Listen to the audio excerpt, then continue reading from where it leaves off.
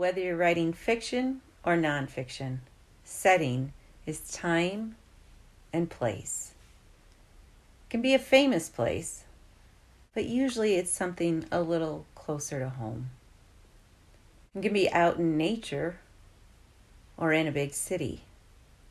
It can be a long time ago or much more recent, or even the future if you're writing fiction. It can be a special event or just a regular day. Setting can really be any time and place you choose. The challenge is to convey it so your reader can be there. You may be asking, how do I do this? When we talk about setting, we tend to talk about what we see. But stop the video for a minute right now and pay attention to your setting. Go ahead. I'll wait. Is your setting only made up of what you see? What do you smell? What do you hear? For example, I am catching a faint whiff of dog floating up from the floor where my dog is snoring quietly. What do you feel? What do you taste? My toes are cold from the lingering coolness of the night air, and I taste the bitter remnant of my morning coffee. What can you tell from my details about my setting? Well, it's a cool morning. I'm probably at home and sitting somewhere because my dog is close by sleeping. So that's a key piece of writing setting, using more than just sight to describe it. Smell and sound are especially important, but touch can be essential as well. For example, temperature can be a huge part of our experience of setting, and taste can play a role as well, though maybe not as often as the other senses. Another important strategy, besides using all 5 senses, is using figurative language to make your setting more vivid and meaningful. So I could revise my earlier description to incorporate some figurative language, here mostly personification and simile. The dog snores quietly on the floor beside my feet, the faint odor of her days spent outside in the dirt intertwined with her unworried breathing.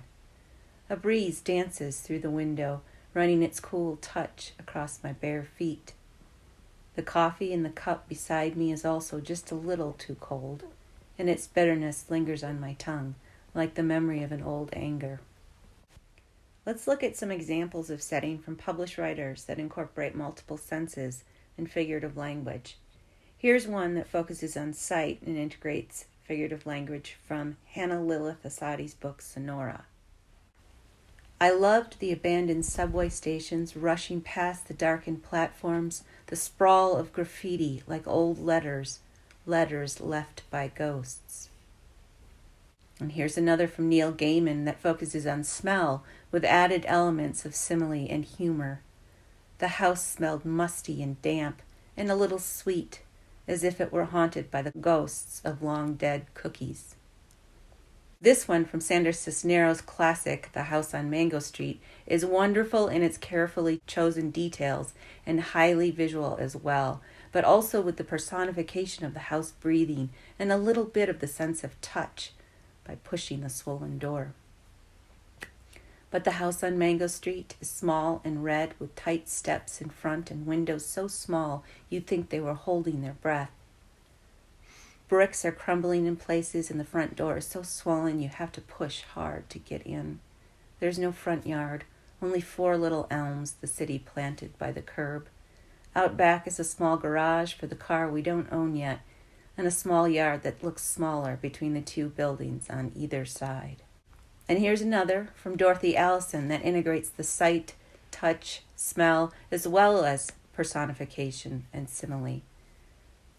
Greenville, South Carolina in 1955 was the most beautiful place in the world. Black walnut trees dropped their green, black, fuzzy bulbs on Aunt Ruth's matted lawn, past where their knotty roots rose up out of the ground like the elbows and knees of dirty children suntanned dark and covered with scars. Weeping willows marched across the yard, following every wandering stream and ditch, their long whip-like fronds making tents that sheltered sweet-smelling beds of clover. And finally, here's one more from Angie Thomas's The Hate You Give that includes evocative descriptive details using all 5 senses, smell, sound, sight, touch, and because it's a barbecue joint, the suggestion of taste. The smoky aroma hits us on the sidewalk, and a blues song pours outside. Inside, the walls are covered with photographs of civil rights leaders, politicians, and celebrities who have eaten here, like James Brown and pre-heart bypass Bill Clinton. There's a picture of Dr. King and a much younger Mr. Rubin. A bulletproof partition separates the customers from the cashier. The air conditioner in the window stopped working months ago, and the smoker heats up the whole building. Setting can be any time and place you choose. It could be on a wide open street corner or enveloped in a forest. It can be deep in the night or in the height of the day. The best settings, however, are the ones that exist in all of the reader's senses. The best settings are ones you can see, hear, smell, feel, and sometimes even taste.